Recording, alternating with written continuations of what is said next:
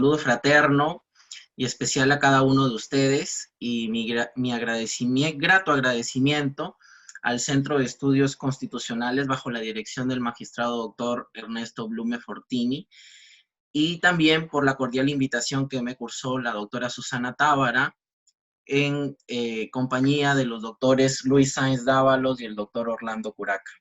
Y bueno, en esta oportunidad, dando continuidad a los talleres constitucionales que el Centro de Estudios Constitucionales del TC ha preparado día con día, dígase de paso, vamos a dar inicio a esta sesión explicativa de Derecho Procesal Constitucional a través de esta plataforma live. Qué duda cabe que la coyuntura y la situación actual a nivel mundial impone pues que tengamos que utilizar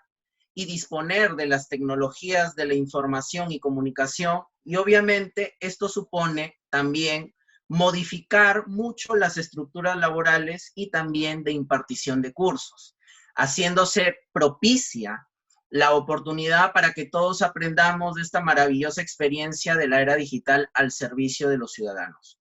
Entonces, en esta semana, a mi persona le ha tocado la labor de preparar una sesión en la que analizaremos aspectos esenciales vinculados a la figura del amparo contra resoluciones judiciales,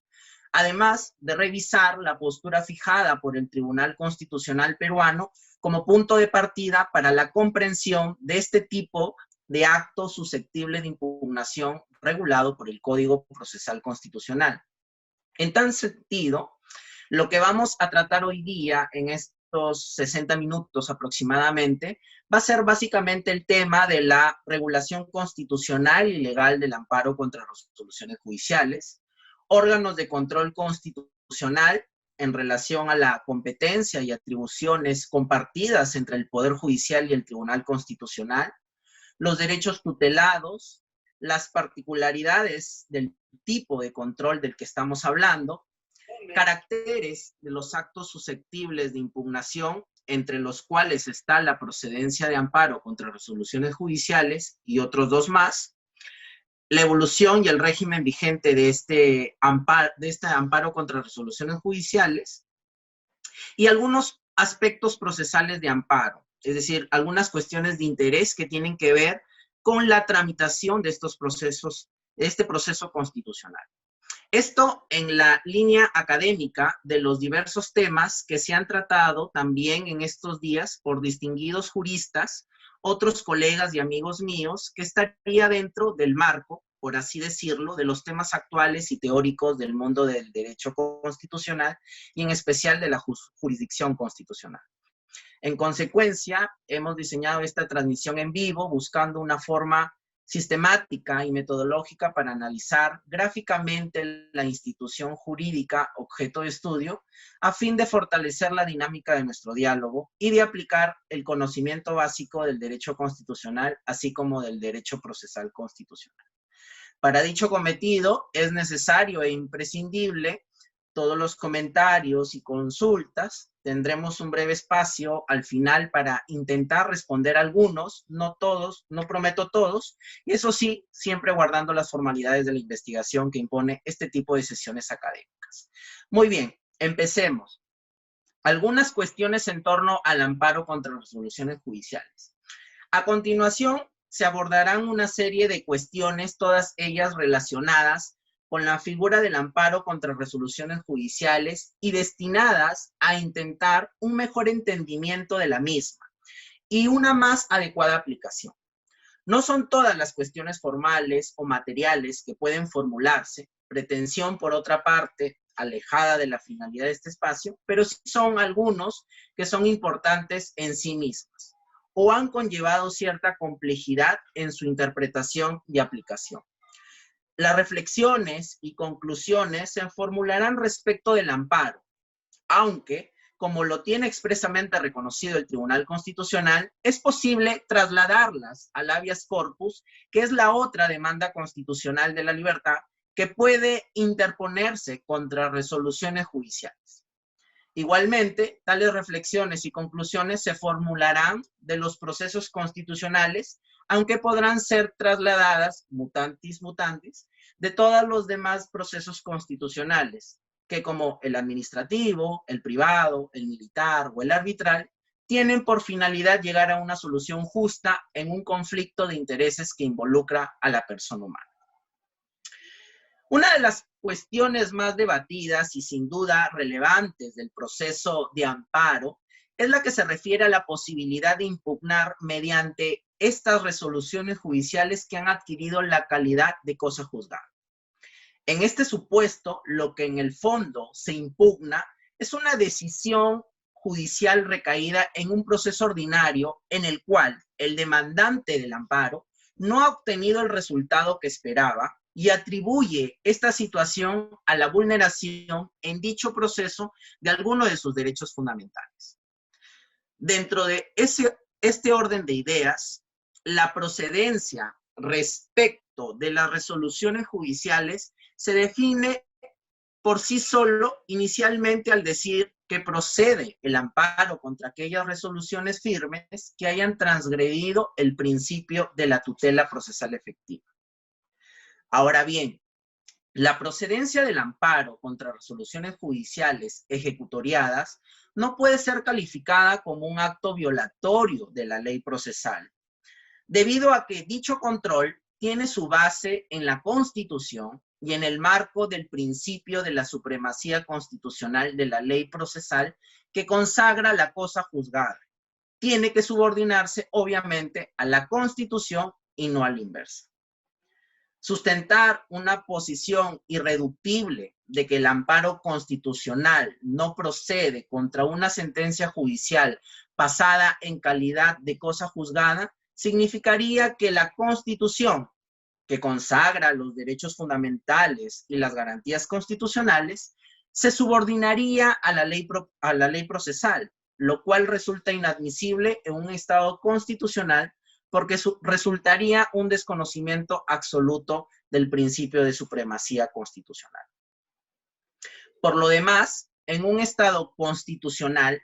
se ha dicho con razón, la constitucionalización del ordenamiento jurídico no es una cualidad de todo o nada, sino que admite grado o intensidades. Esa gradualidad depende de múltiples factores, y no solo de que la Constitución sea un texto rígido.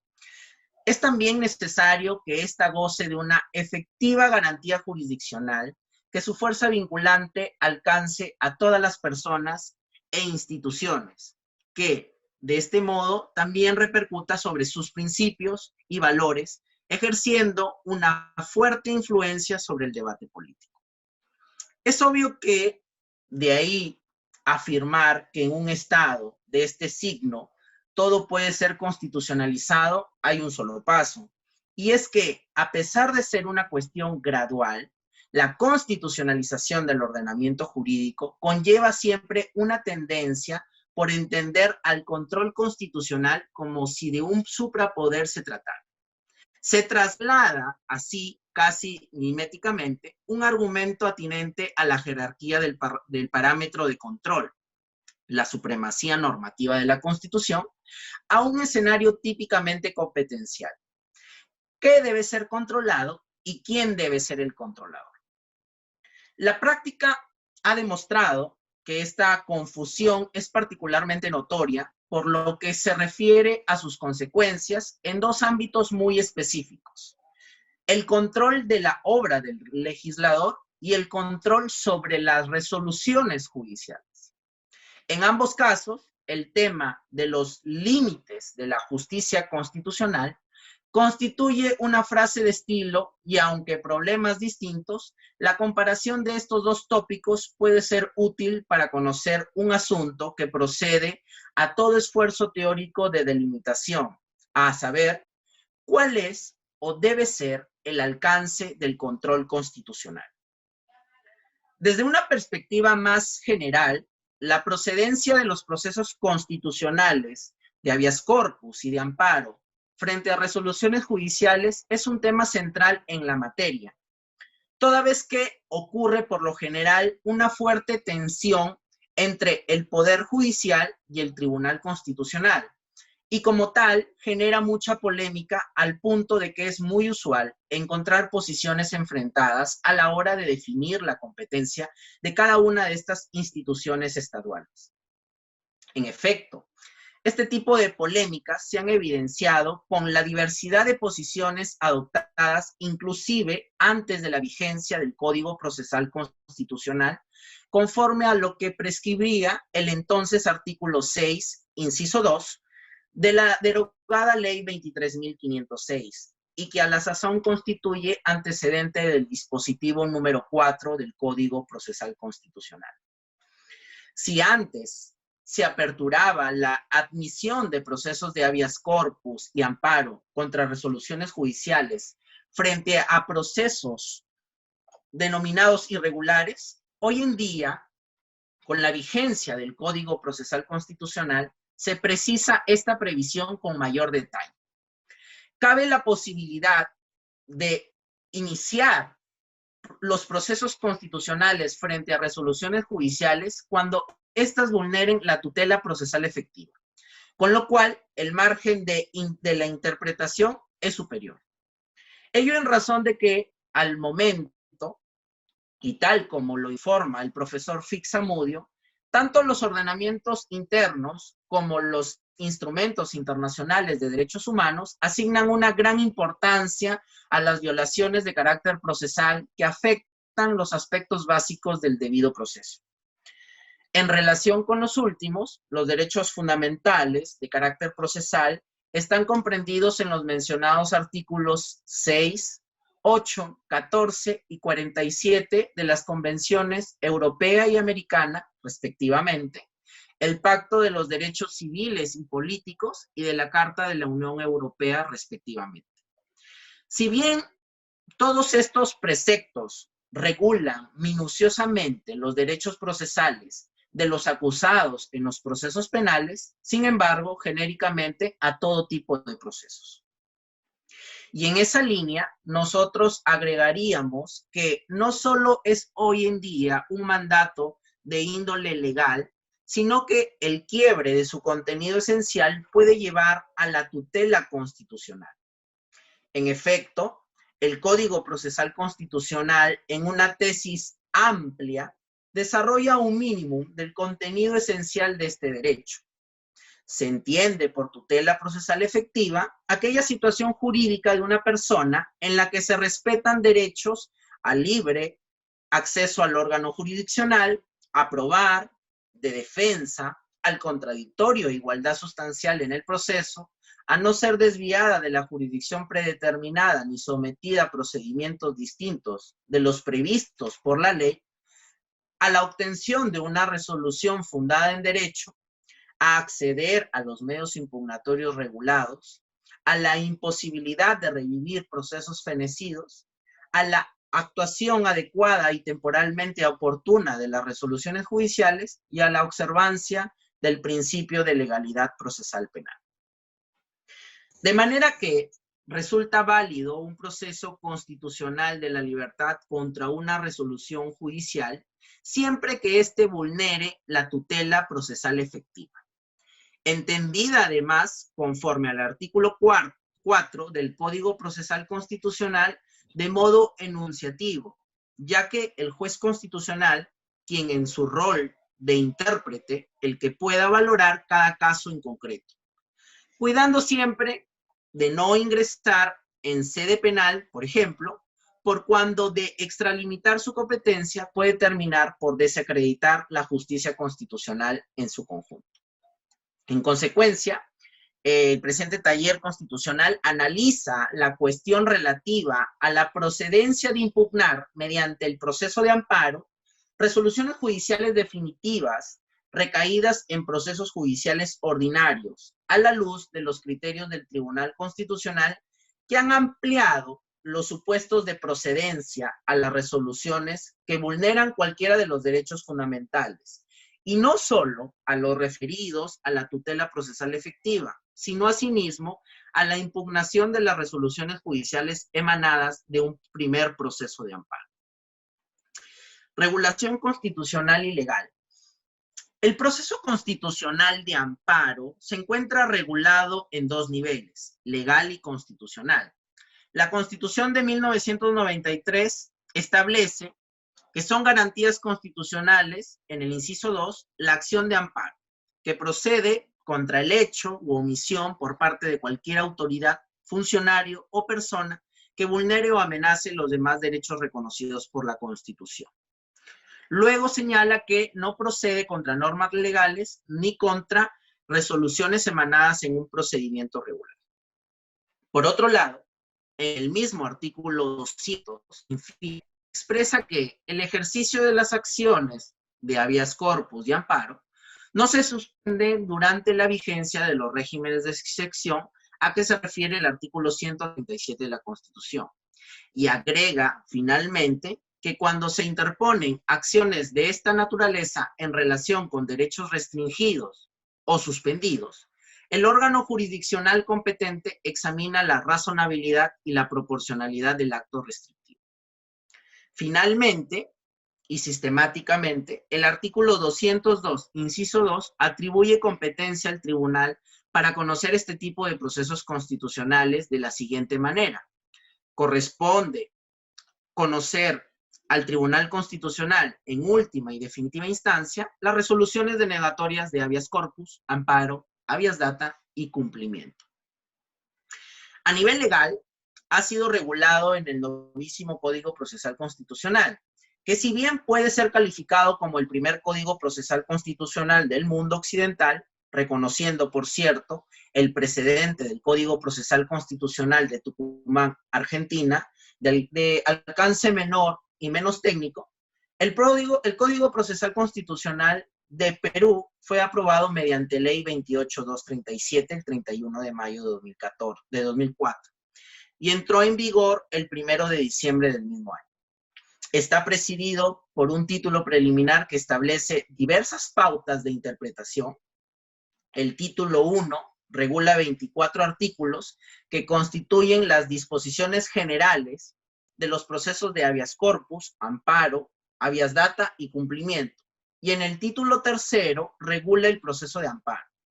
Este título está dividido en dos capítulos. El primero, artículo 37, que precisa los derechos que regula el amparo. Y el capítulo 2, artículo 39 al 60, el íter del proceso de amparo. Sobre los órganos de control constitucional, al respecto, el Perú cuenta con una magistratura constitucional que se mueve en un modelo dual o paralelo de jurisdicción constitucional. Y conceptualmente se puede describir a este modelo como aquel que existe cuando en un mismo ordenamiento jurídico coexiste el modelo americano y el modelo europeo, pero sin mezclarse, deformarse ni desnaturalizarse. Este es el que hay en el Perú desde la Constitución de 1979. Visto el singular modelo peruano, puede señalarse que la jurisdicción constitucional en el Perú está compartida por el Poder Judicial y por el Tribunal Constitucional. Ambos tienen competencia y atribuciones propias, en unos casos, a través de procesos constitucionales compartidos, entre otros como procesos constitucionales exclusivos. El habeas corpus, el amparo y el habeas data y el proceso de cumplimiento son procesos compartidos. Esto es, prima facie, como el amparo, por el Poder Judicial y al Tribunal Constitucional le compete conocer en última y definitiva instancia solo las resoluciones denegatorias como los otros tres procesos constitucionales. En buena cuenta, el proceso constitucional de amparo primero es conocido por el órgano judicial y si éste denegare la pretensión, recién el Tribunal Constitucional abre sus puertas para conocerlo vía recurso de agravio constitucional. En este sentido, se explica el artículo 3 del título preliminar del Código Procesal Constitucional, que establece que los procesos constitucionales son de conocimiento del Poder Judicial y del Tribunal Constitucional de conformidad con lo dispuesto en la Constitución y en sus respectivas leyes orgánicas y en el presente Código. Ahora, en relación a la competencia y atribuciones del Poder Judicial, una de las características del modelo peruano es el carácter preferente de la protección de dichos derechos fundamentales por la jurisdicción ordinaria. Es decir, el juez ordinario, en puridad, realiza un control concreto al conocer los procesos de amparo, la tutela de algún derecho fundamental violado o amenazado. Y aunque la Constitución de 1993 expresamente no establece que estos procesos constitucionales, como el amparo, son de conocimiento por la judicatura ordinaria, ello se colige del artículo 200, inciso 2 de la Constitución. Eso ocurre en el Código Procesal Constitucional con nombre propio. Según fuera el caso, el código alude al Poder Judicial o al Tribunal Constitucional, o juez y Tribunal Constitucional. En el artículo 51 del Código se regula la competencia del órgano jurisdiccional. Así, establece que son competentes para conocer el proceso de amparo a elección del demandante, el juez civil o mixto del lugar donde se afectó el derecho o donde se tiene su domicilio el afectado, o donde domicilia el autor de la infracción. Si la afectación de derechos se origina en una resolución judicial, la demanda se interpondría ante la Sala Civil de turno de la Corte Superior de Justicia respectiva. Como se podrá apreciar, la competencia en el amparo se atribuye al juez civil o mixto, y ello ocurre en el supuesto de que el agravio constitucional provenga de cualquier acción u omisión que no sea de una resolución judicial. Y el segundo supuesto, si la violación dimana de una resolución judicial dictada con manifiesto agravio de la tutela procesal efectiva, la competencia reside en la Sala Civil de la Corte Superior de Justicia del Distrito Judicial respectivo. En cuanto a la competencia y atribuciones del Tribunal Constitucional, de acuerdo con la Constitución de 1993, hemos mencionado precedentemente que corresponde al Tribunal Constitucional conocer en última y definitiva instancia las resoluciones denegatorias en los procesos constitucionales de la libertad. Esto significa que el tribunal tiene también competencia para conocer los procesos como el amparo, pero para ello requiere como presupuesto procesal que la judicatura ordinaria haya denegado la pretensión.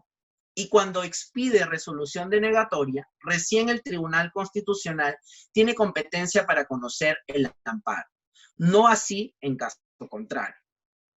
Aun cuando existen excepciones en las que se puede establecer lo que es la figura del recurso de agravio constitucional excepcional o el llamado recurso RAC atípico. La antigua Ley Orgánica del Tribunal Constitucional establecía en el artículo 41 que este colegiado conoce el recurso extraordinario, que se interponía en última y definitiva instancia contra las resoluciones de la Corte Suprema o de la instancia que la ley establezca, denegatorias de las acciones de amparo. En la actualidad, este Código Procesal Constitucional más bien habilita que el Tribunal Constitucional conozca de las resoluciones denegatorias de amparo vía recurso de agravio constitucional. Así, el artículo 20 del Código establece diversos aspectos, tanto de la competencia del Tribunal Constitucional como de los plazos y la tramitación del proceso de amparo en esta sede. Como lo dispone también el artículo 18 del Código, contra la resolución que declara improcedente o infundado el proceso de amparo, procede hoy el llamado recurso de agravio constitucional.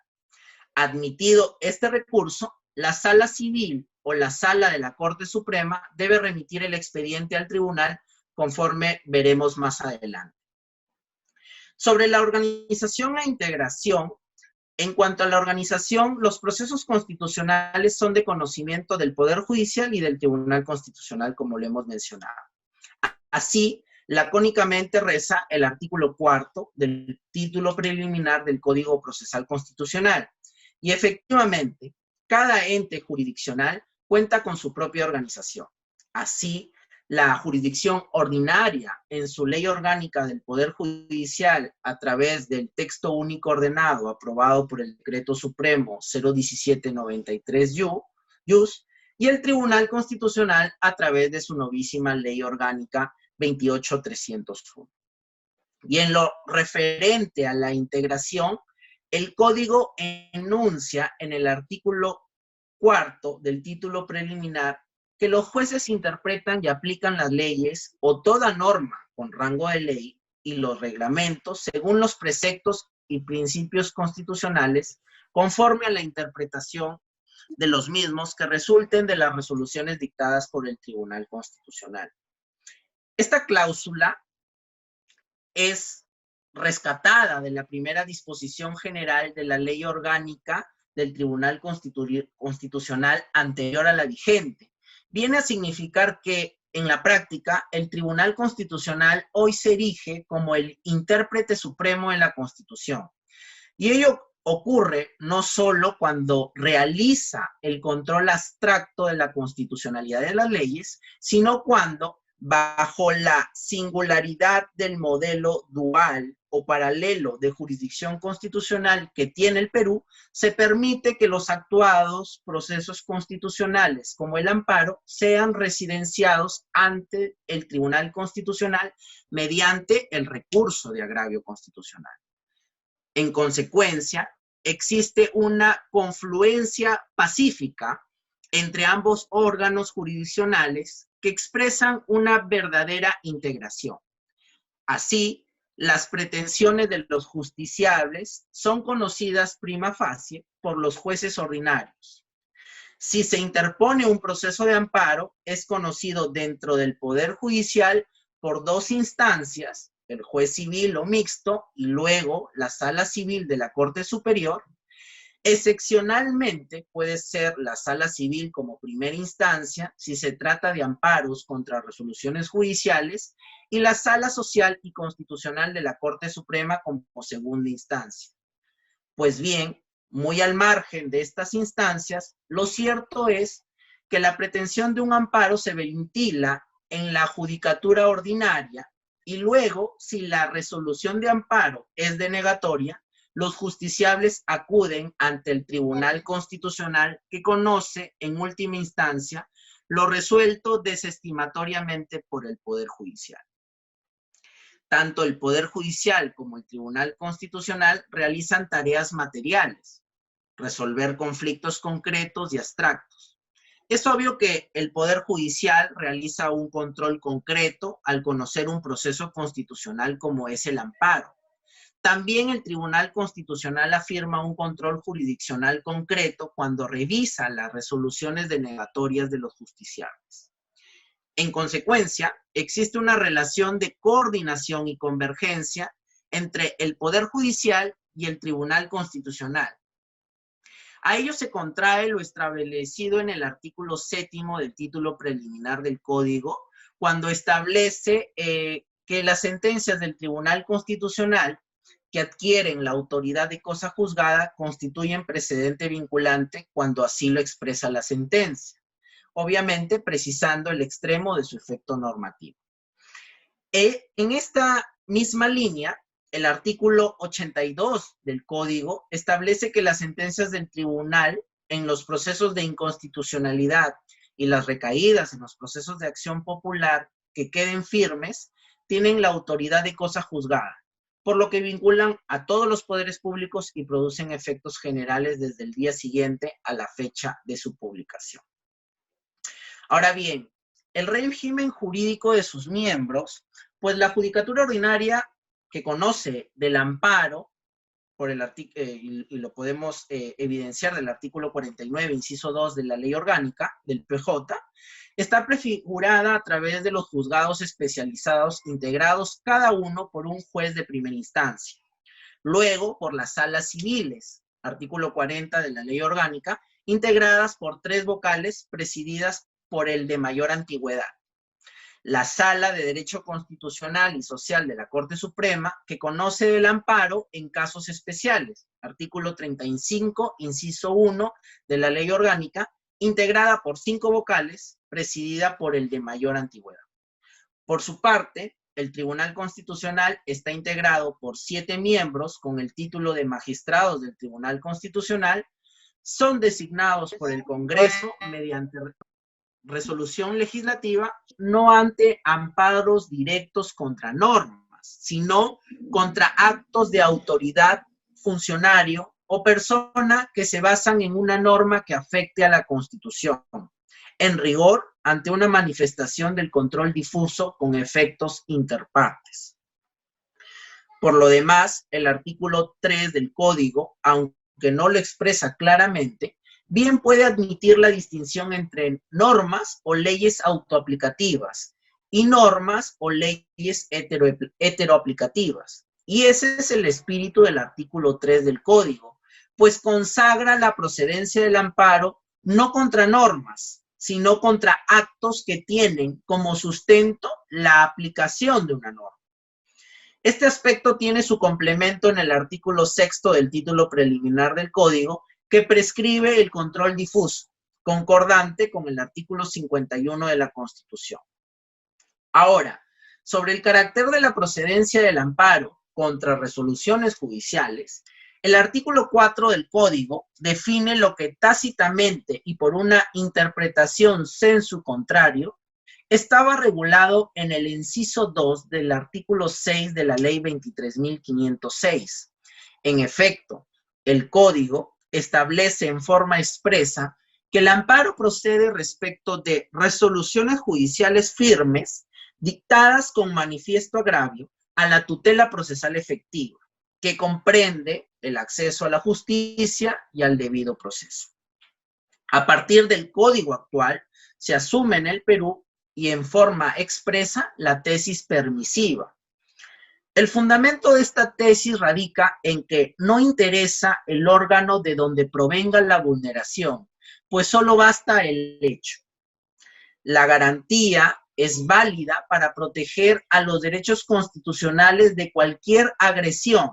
independientemente de la persona o ente que la realice. Así, por sobre el valor de la seguridad jurídica, se procura salvaguardar otro valor hacia en que también apunta el derecho, la justicia. Por otro lado, el Código trae una importante innovación, pues admite la procedencia del amparo contra resoluciones judiciales firmes que afecten a la tutela procesal efectiva. Esta categoría no tiene precedentes ni en sede constitucional que expresamente prevé el debido proceso y la tutela judicial. Sin embargo, esta nueva categoría constituye un concepto amplio y comprende tanto a la tutela judicial como al debido proceso. Y así, el Código lo conceptualiza en el tercer párrafo del artículo 4, en el que explica qué es lo que se entiende por tutela procesal efectiva y cuáles son los derechos que se respetan al interior de esta garantía. Ahora bien, si nosotros quisiéramos referir algo sobre el régimen vigente del amparo contra resoluciones judiciales y su evolución en el Perú, un poco de historia nos abriría más el panorama. La evolución del amparo contra resoluciones judiciales en el Perú conoce cuando menos de 3 grandes hitos. El primero de ellos tiene relación directa con la Constitución de 1979. En ella se establecía que el proceso de amparo procedía contra cualquier autoridad, funcionario o persona. Artículo 295. Es con arreglo a este texto constitucional que fue dictada la Ley 23.506, la cual solo permitía la evaluación en este tipo de amparos del debido proceso o la tutela procesal efectiva. La segunda etapa se inaugura con la Constitución del 93. Por lo menos, esta vez, la norma constitucional fue mucho más expresa y clara, pues estableció en su artículo 200, inciso 2, que el amparo no procede contra resoluciones judiciales emanadas de procedimiento regular. De ahí que la jurisprudencia del Tribunal Constitucional no variara en mucho respecto a lo ya sentado con la anterior Carta Magna, pues por procedimiento regular se llegó a entender también al debido proceso formal.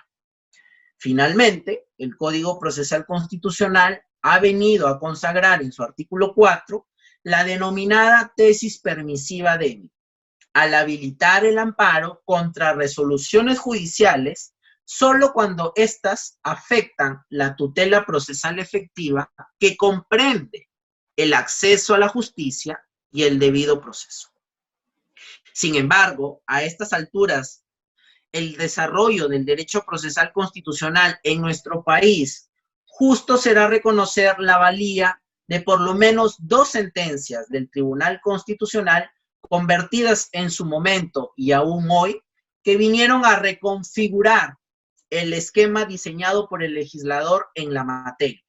realizando para ello una lectura desde la Constitución del artículo 4 del Código antecitado. Esos 2 pronunciamientos a los que aludimos son las sentencias recaídas en el expediente 1209-2006, denominado caso Ambet, y la sentencia recaída en el expediente 3179-2004, caso Apolonia Colca. En el primero de ellos, que podríamos catalogar de experimental, el tribunal avanzaría en la definición de un amparo contra resoluciones judiciales en defensa del debido proceso sustantivo, evaluación para la cual establecía un canon de razonabilidad. En el segundo caso, en cambio, sería más rotundo al afirmar llanamente que el amparo judicial procedía en defensa de todos los derechos fundamentales, con lo cual la tesis permisiva fuerte, que fue acogida por el legislador, lo fue a través de una sentencia del Tribunal Constitucional. Y es este el régimen que nos acompaña hasta nuestros días. Sobre el estado actual de la cuestión, la argumentación que brinda el Tribunal Constitucional al momento de expedir el caso Apolonia Colca tiene en la interpretación del artículo 200, inciso 2 de la Constitución a su principal protagonista. 2 ideas básicas. Primero, si los únicos derechos exceptuados del amparo con los protegidos por el habeas corpus y el habeas data, carácter totalizador del amparo, no existe razón plausible para que el amparo judicial proceda solo por afectaciones al debido proceso y a la tutela procesal efectiva, tal como lo quiere el artículo 4 del Código. Por lo demás, añade el tribunal, la irregularidad de un proceso judicial se produce cada vez que se viola un derecho fundamental, independientemente de la naturaleza de este.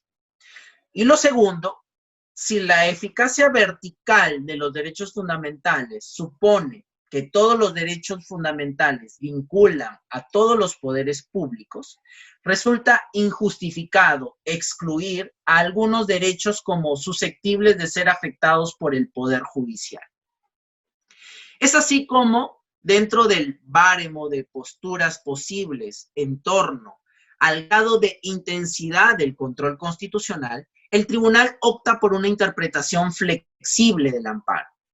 Vale decir, el juez constitucional adquiere plena jurisdicción sobre el fondo y la forma del proceso ordinario, realizando un examen constitucional de la motivación del fallo y de la relevancia de lo actuado judicialmente. Para no olvidar que este examen de constitucionalidad precisa de algunos límites, el tribunal adelanta un canon interpretativo anteriormente explicado, como pueden ser razonabilidad, que asume compuesto de 3 pasos en dicha sentencia constitucional. A partir de aquí se deriva que el régimen peruano de amparo contra resoluciones judiciales, tales como está actualmente regulado e interpretado, puede ser considerado de tipo amplio o inclusivo amplísimo, pues procede en defensa de todos los derechos fundamentales que nuestra Constitución reconoce, aunque siempre a la vista de este triple canon de razonabilidad. Ahora bien, Las sentencias del Tribunal Constitucional que han declarado fundada una demanda de amparo judicial por afectación de un derecho fundamental de tipo sustantivo han sido bastante raras y esporádicas. En la mayoría de casos, las partes alegan derechos procesales en sus demandas de amparo, confirmando así la tesis según la cual, en líneas generales, las afectaciones fundamentales comúnmente cometidas por los tribunales ordinarios se limitan al procedimiento mismo y no al ejercicio de ponderación o cuestiones sustantivas de esta clase. Por lo demás, si bien es presumible que el porcentaje de amparos contra resoluciones judiciales en la jurisprudencia del tribunal sea bastante alto, también es cierto que tales demandas son generalmente declaradas improcedentes por el colegiado sobre la base de la fórmula de la cuarta instancia, aquella que hace alusión a que la justicia constitucional no puede convertirse en lo que no es, a saber, una especie de instancia de casación al momento de ejercer control constitucional de una resolución judicial. Así también lo ha entendido el Tribunal Constitucional, en este caso Apolonia Colca, en el que ha desarrollado justamente esta tesis o fórmula de la cuarta instancia. Sobre el amparo contra resoluciones judiciales emanadas de procesos ordinarios no constitucionales, el desarrollo de la tesis permisiva y tomando en consideración lo señalado por el tribunal en el caso Adela Eskenazi de Yarín, expediente 5374-2005, podemos señalar que el proceso de amparo contra resoluciones judiciales se fundamenta en los siguientes presupuestos. Primero, el significado de la fórmula proceso regular. Como tal, el artículo 200, inciso 2 de la Constitución prevé el supuesto de que los derechos fundamentales puedan ser vulnerados por cualquier persona, ya sea esta funcionario público o un particular, no excluyendo del concepto autoridad a los jueces. De este modo, es plenamente admisible que un proceso de amparo pueda controlar las resoluciones judiciales sin que ello implique desconocer que la disposición constitucional mencionada establece una limitación a la procedencia del amparo, al establecer que éste no procede cuando se trata de resoluciones judiciales emanadas de procedimiento regular. La existencia de un procedimiento regular se encuentra relacionada con la existencia de un proceso en el que se hayan respetado las garantías mínimas tales como las señaladas en el artículo 4, tercer párrafo del Código Procesal Constitucional,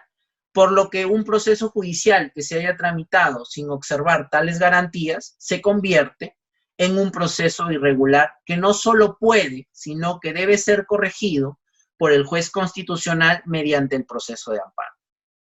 Como puede advertirse de este enunciado, la existencia de un proceso judicial irregular está referida a la existencia de vicios o deficiencias procesales que agravian el derecho del justiciable a participar en un proceso con todas las garantías establecidas por el ordenamiento jurídico, las cuales existen para asegurar que las decisiones judiciales estén dotadas de imparcialidad, objetividad y fundamento jurídico. Al respecto, hay que tener en cuenta que varios de los componentes de la tutela judicial efectiva enunciados en el artículo 4 del Código también lo están en los numerales 3, debido proceso y tutela jurisdiccional, 5, motivación escrita de las resoluciones judiciales, 6, pluralidad de instancia, 9, inaplicabilidad por analogía de la ley penal, 10, a no ser penado sin proceso judicial, 14, a no ser privado del derecho de defensa en ningún estado del proceso. Todos ellos del artículo 139 de la Constitución, que se refiere a los principios y derechos de la función jurisdiccional. Ello, sin lugar a dudas, no implica que el amparo pueda ser considerado como una instancia adicional para revisar los procesos ordinarios, pues el amparo no puede controlar todo lo resuelto en un proceso ordinario, sino que se encuentra limitado únicamente a verificar si la autoridad judicial, con escrupuloso respeto de los derechos fundamentales de las partes procesales, por lo que de constatarse una afectación de esta naturaleza, deben de reponerse las cosas al estado anterior al acto en que se produjo la afectación. En un proceso de amparo, no se controla si una determinada persona ha cometido un delito o si es válido un contrato de compra-venta, entre otros, sino más bien si un procesado ha sido sancionado con las debidas garantías o si una prueba relevante para la solución del caso ha sido admitida, entre otros temas. En este control realizado sobre la actividad del juez, no implica el desconocimiento de la calidad de la cosa juzgada de la que pueda gozar la resolución judicial cuestionada. Ojo, en efecto, si bien es cierto que los incisos 2 y 13 del artículo 139 de la Constitución establecen que ninguna autoridad puede dejar sin efecto resoluciones que han pasado en autoridad de cosa juzgada y que se encuentra prohibido revivir procesos fenecidos con resolución ejecutoriada respectivamente,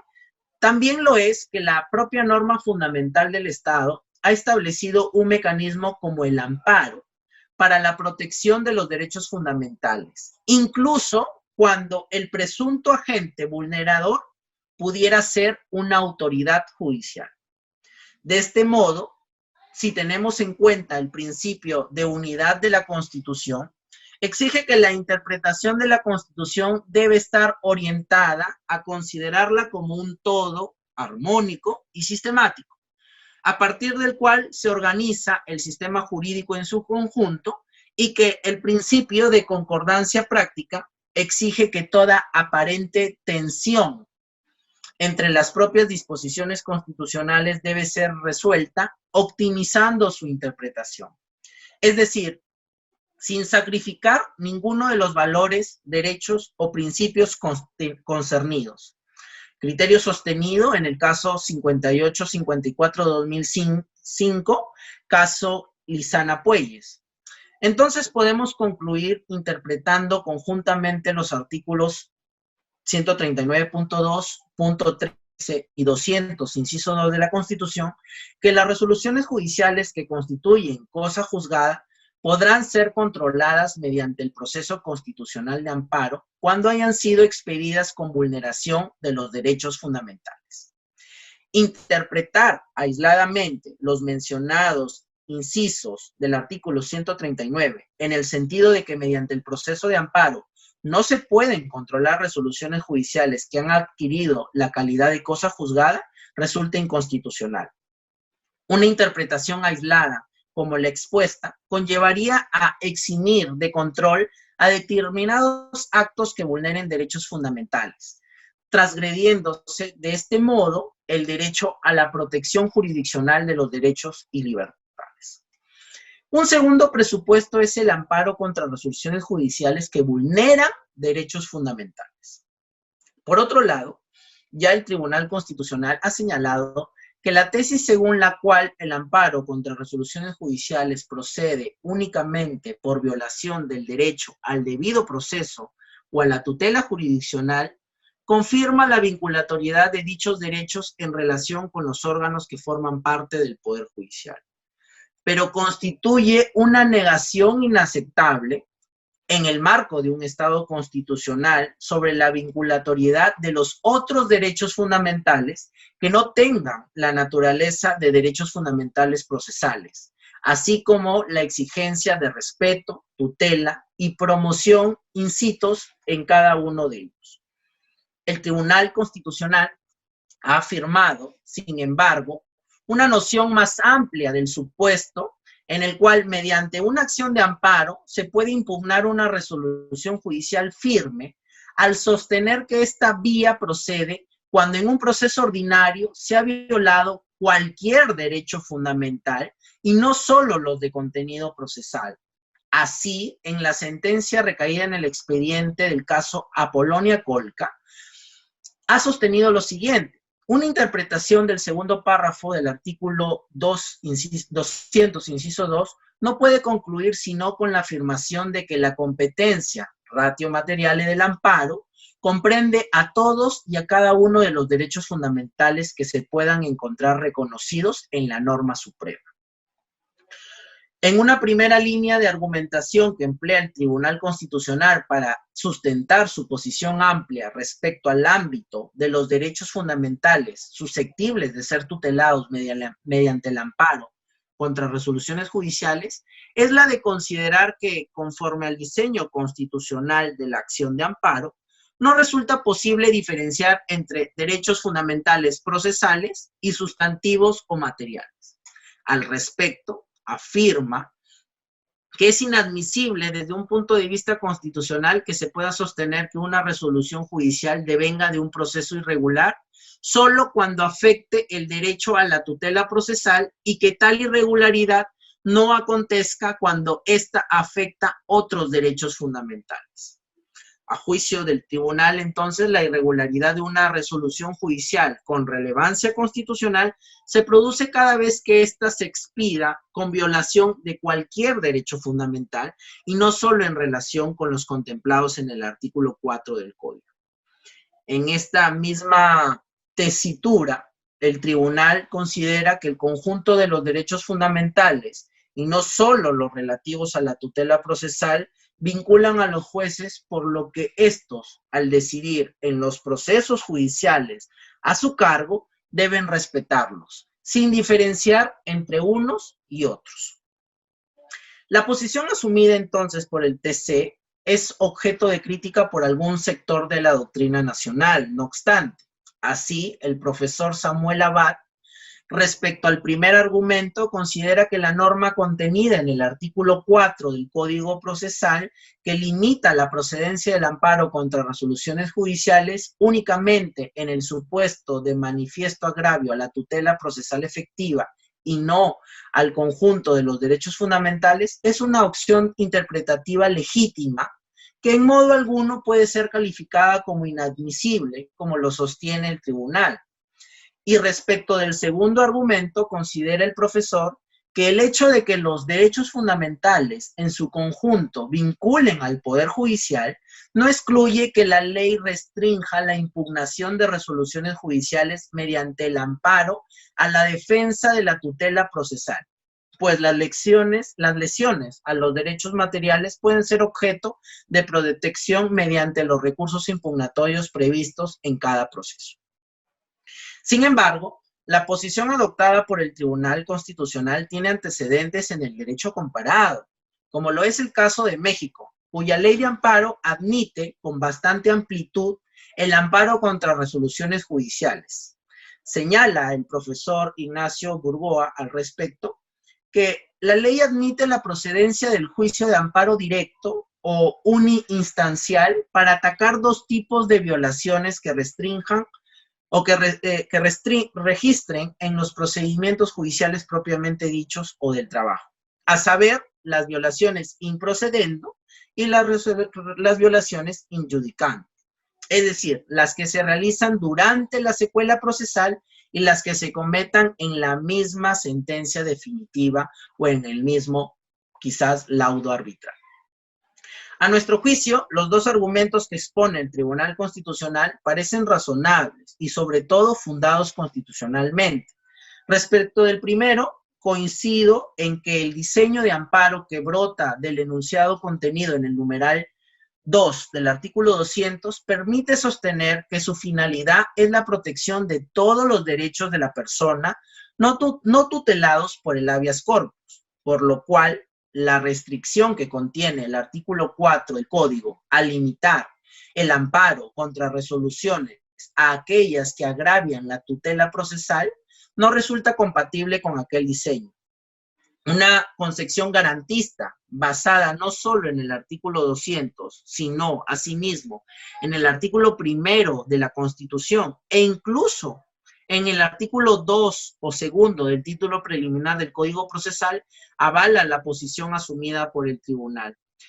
En cuanto se refiere a la vinculación de los jueces a todos los derechos fundamentales y no solo a los de contenido procesal, me parece que la situación es aún más clara, pues al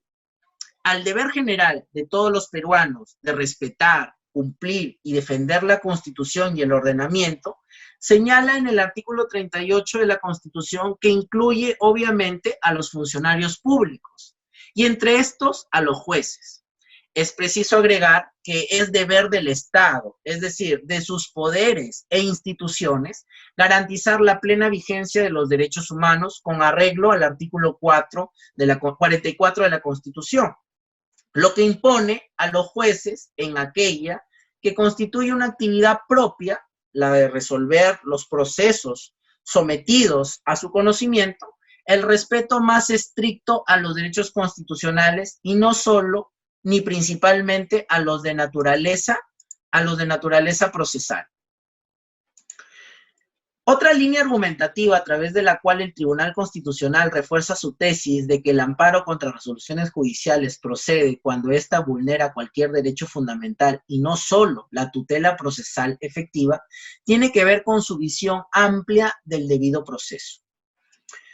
Ello significa que es debido proceso sustantivo y debido proceso formal.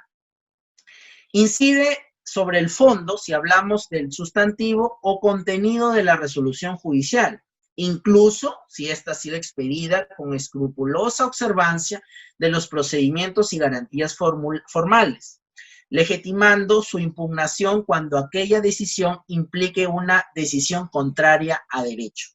Esta noción, obviamente, de debido proceso equivale, dice el profesor Osvaldo Gossaini, al principio de razonabilidad de las leyes y otras normas o actos públicos, o incluso privados, como requisito de su propia validez constitucional. En otra sentencia,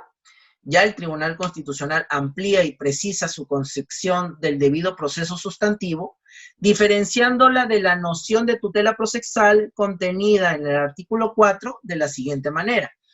El debido proceso, en su dimensión sustancial, quiere significar un mecanismo de control sobre las propias decisiones y sus efectos, cuando a partir de dichas actuaciones o decisiones se afecte de modo manifiesto y grave cualquier derecho fundamental y no solo los establecidos en el artículo 4. Ello lo podemos ver, obviamente, en el caso Compañía Cervecera Ambev Perú, expediente 1209-2006. De esta manera, el Tribunal Constitucional completa su pensamiento al considerar que la violación del debido proceso que puede ocurrir en cualquier resolución judicial comprende no solo las transgresiones que pudieran afectar el debido proceso formal, sino asimismo aquellas que vulneran el debido proceso sustantivo.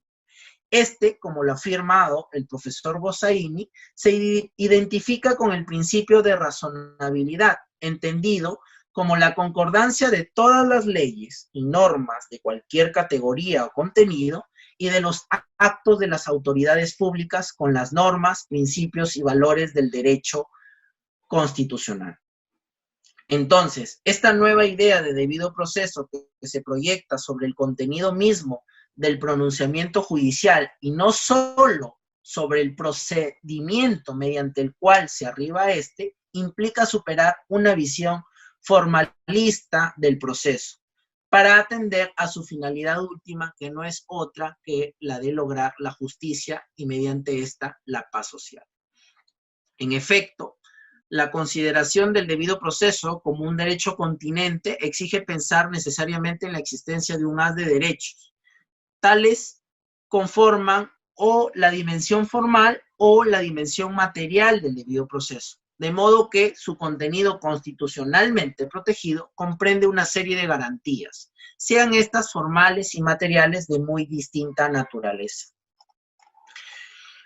En un tercer supuesto, ya tenemos la vulneración de la tutela procesal efectiva y su condición como presupuesto final para los procesos constitucionales contra resoluciones judiciales.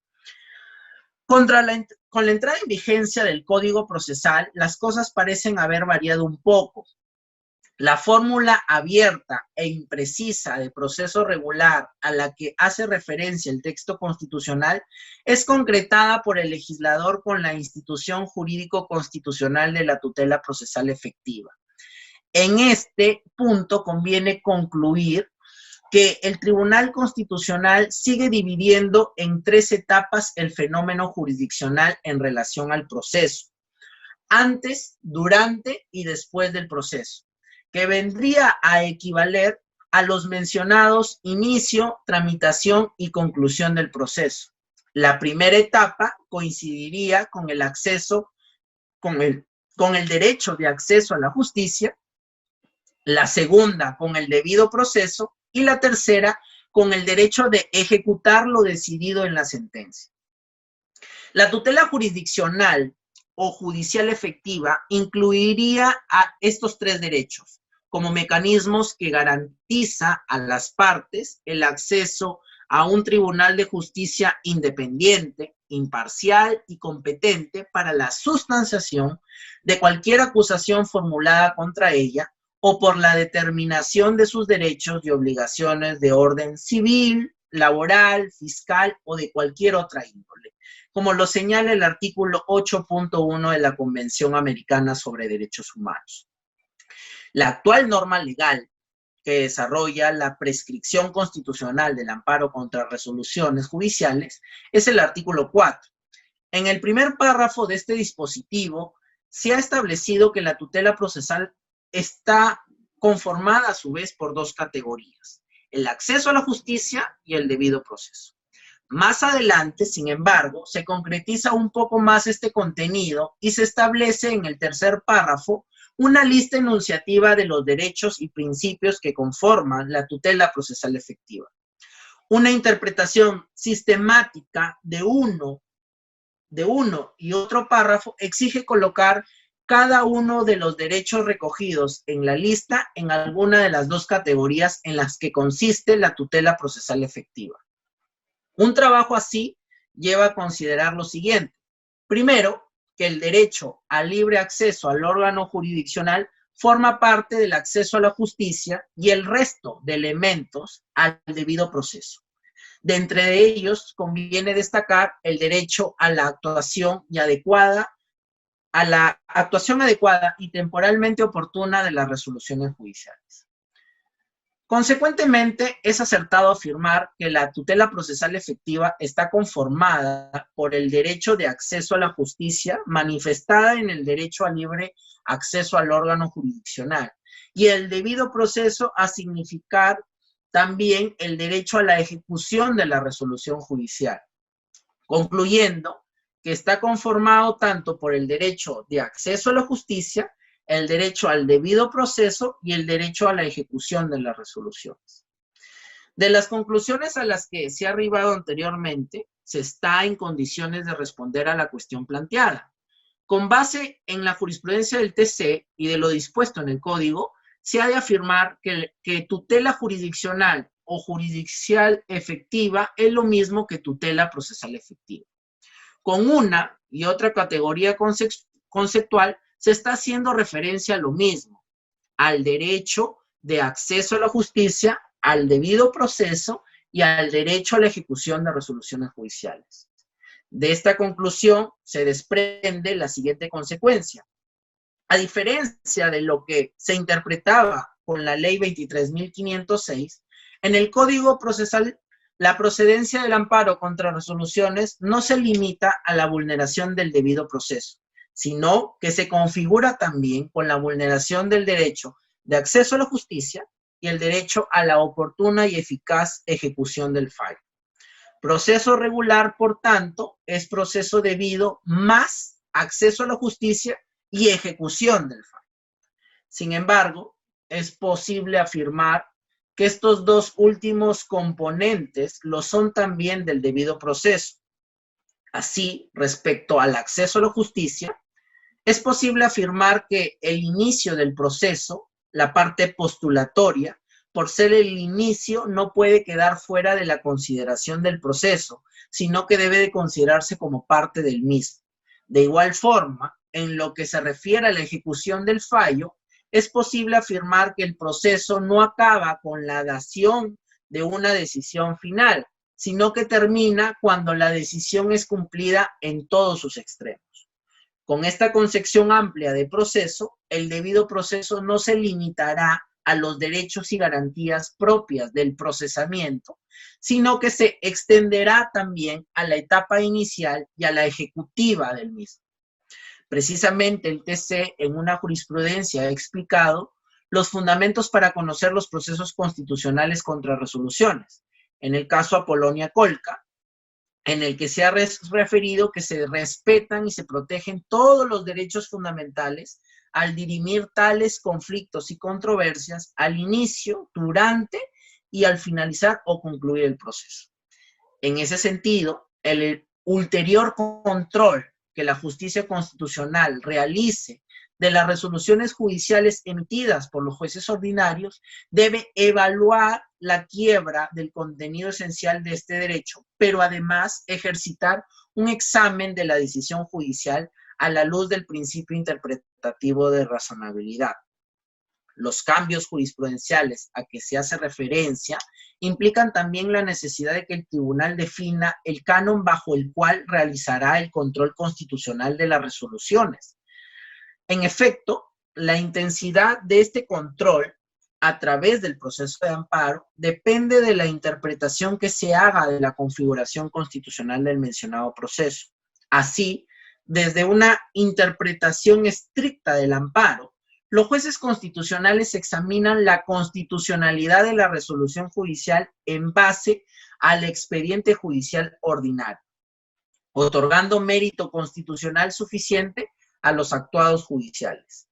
En esta perspectiva, el juez constitucional asume lo resuelto por el juez ordinario jure et de jure. Luego de ello, y con estos actuados indiscutibles, se pasa a realizar un examen de la motivación y relevancia constitucional de la resolución judicial en función del derecho invocado.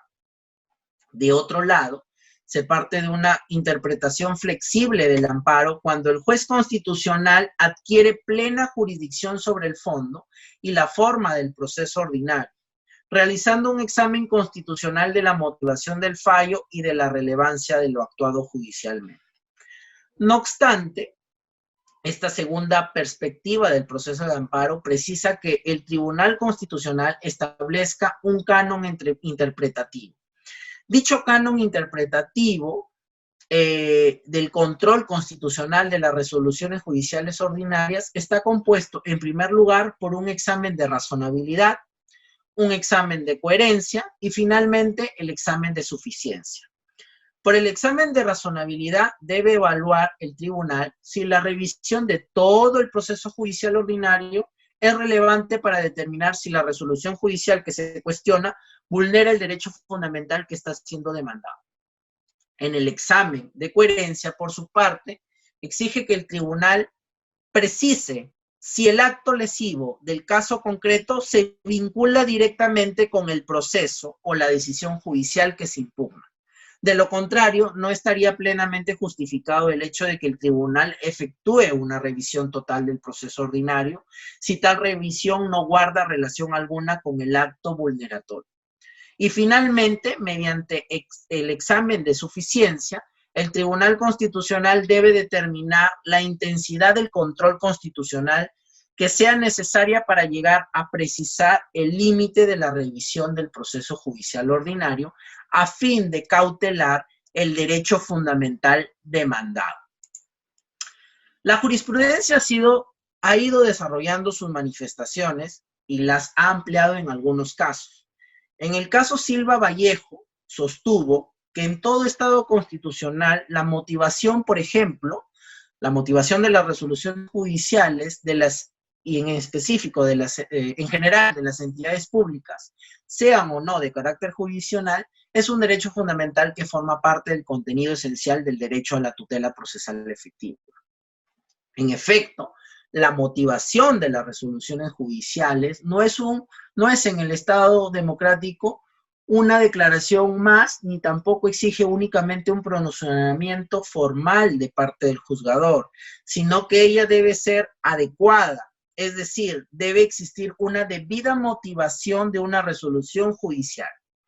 Solo así esta es válida constitucionalmente. Otro derecho ligado a la tutela procesal efectiva es el derecho a ser juzgado en un plazo razonable. Derecho de índole convencional, prescrito en los artículos 7.5 y 8.1 de la Convención Americana sobre Derechos Humanos. Al respecto, la Corte Interamericana, en el caso López Álvarez versus Honduras, ha detallado que el derecho de acceso a la justicia implica que la solución de la controversia se produzca en tiempo razonable.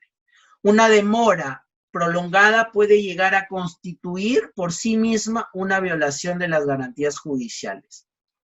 Y asimismo, la Corte Suprema, en la Casación 54-2009, La Libertad, estableció como doctrina jurisprudencial que todo justiciable tiene derecho a ser juzgado en un plazo razonable y a no ser sometido de manera indefinida a un proceso penal sin que se resuelva su situación jurídica. Precisamente en esa línea, el habeas corpus a favor de don Jorge Calcamet Dicamán contra la Sala Penal Especial de la Corte Suprema de Justicia ha señalado que la prolongación de un proceso penal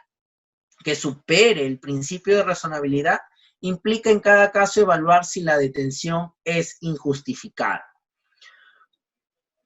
En esa línea de argumentación, ya luego el tribunal describiría principalmente a dos aspectos esenciales del proceso penal: desde cuándo se debe empezar a computar el plazo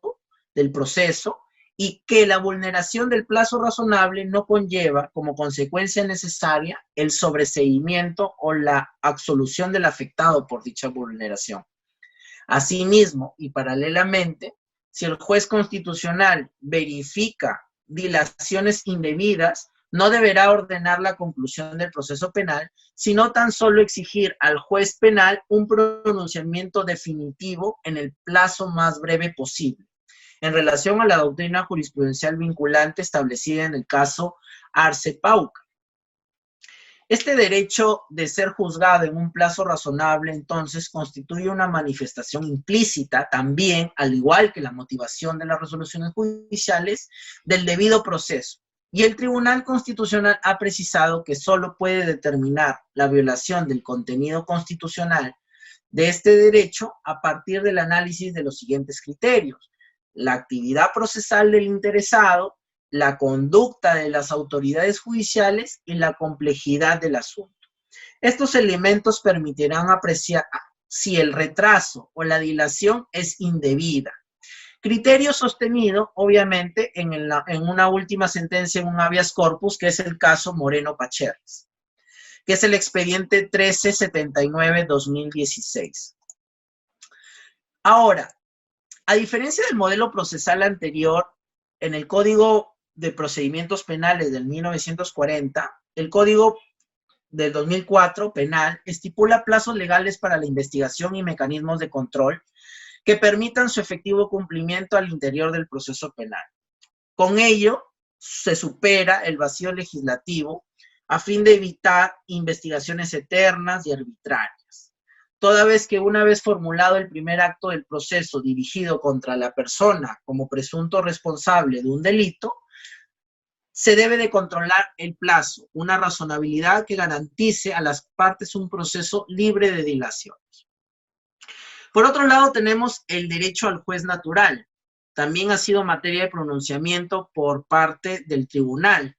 Ha señalado ya en reiterada jurisprudencia que el contenido del juez natural o juez predeterminado por la ley presenta dos exigencias. En primer lugar,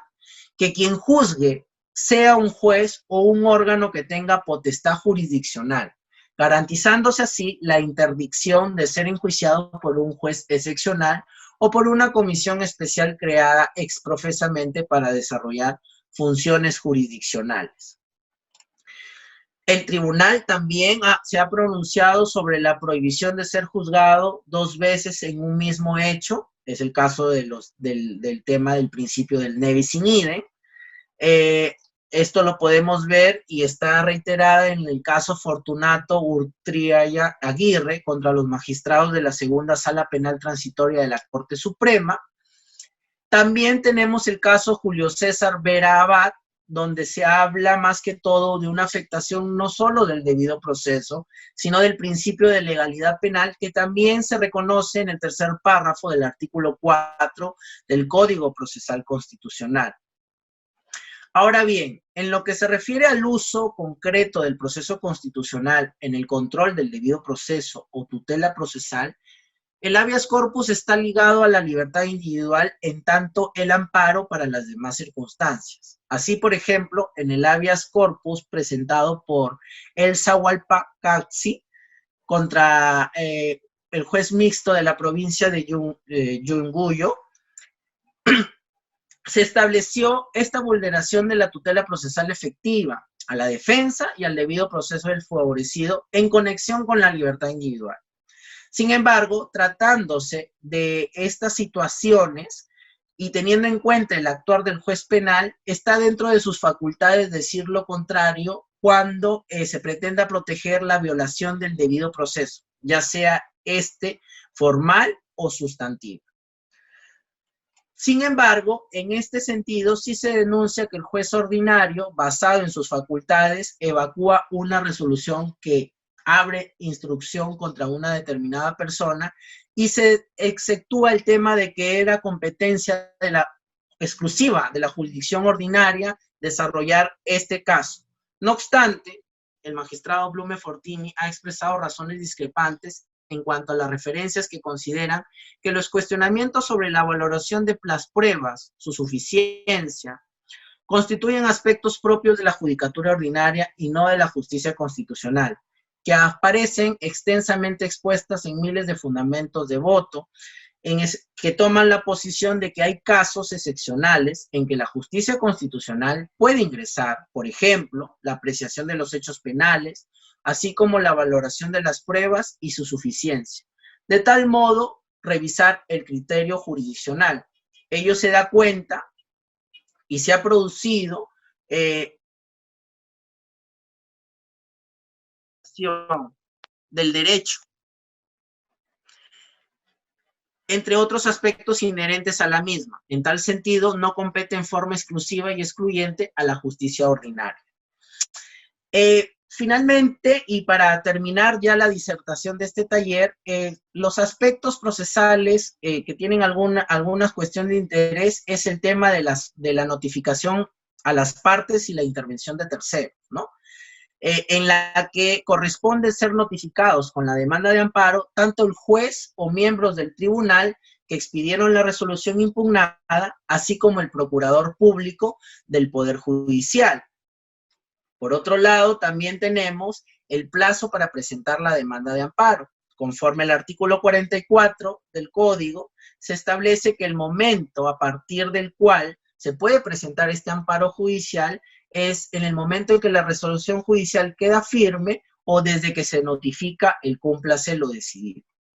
Y finalmente el tema de la firmeza de la resolución judicial que lo encontramos en el artículo 4, donde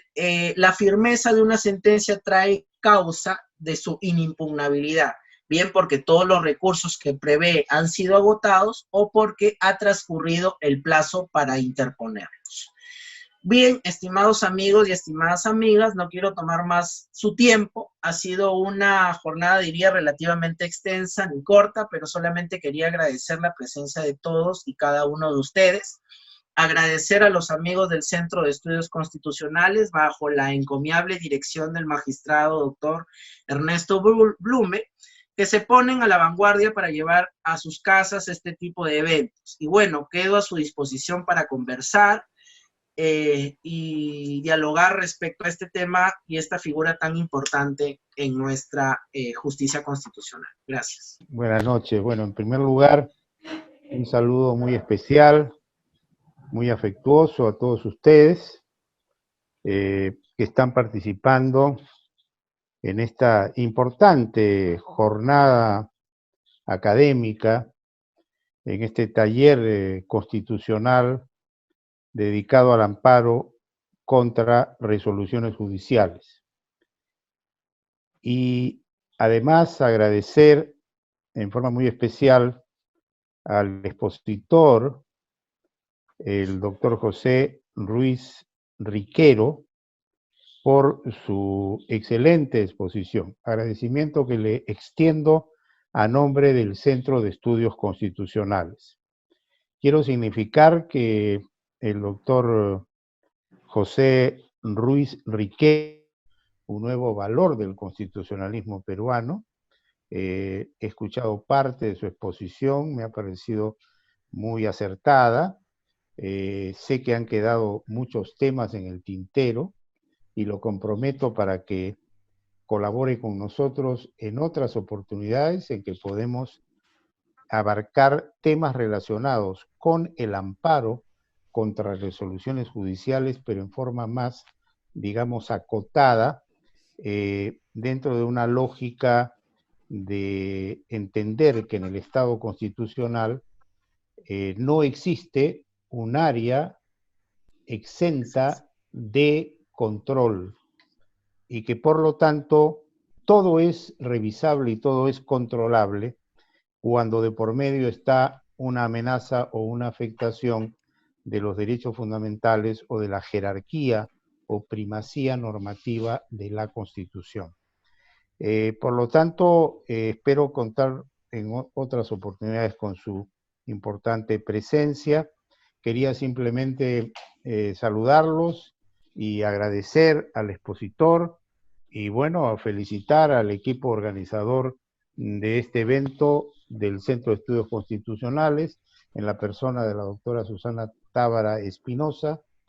que es la directora de Asuntos Académicos y que con mucha eficiencia viene apoyándonos y viene colaborando con nosotros, y también al conductor de este evento, el licenciado José Cayo, que siempre con mucha certeza y mucho profesionalismo conduce estos eventos. Eso es todo. Me despido hasta una próxima oportunidad. Buenas noches con todos y será hasta otra ocasión en que Dios mediante nos volvamos a encontrar. Buenas noches.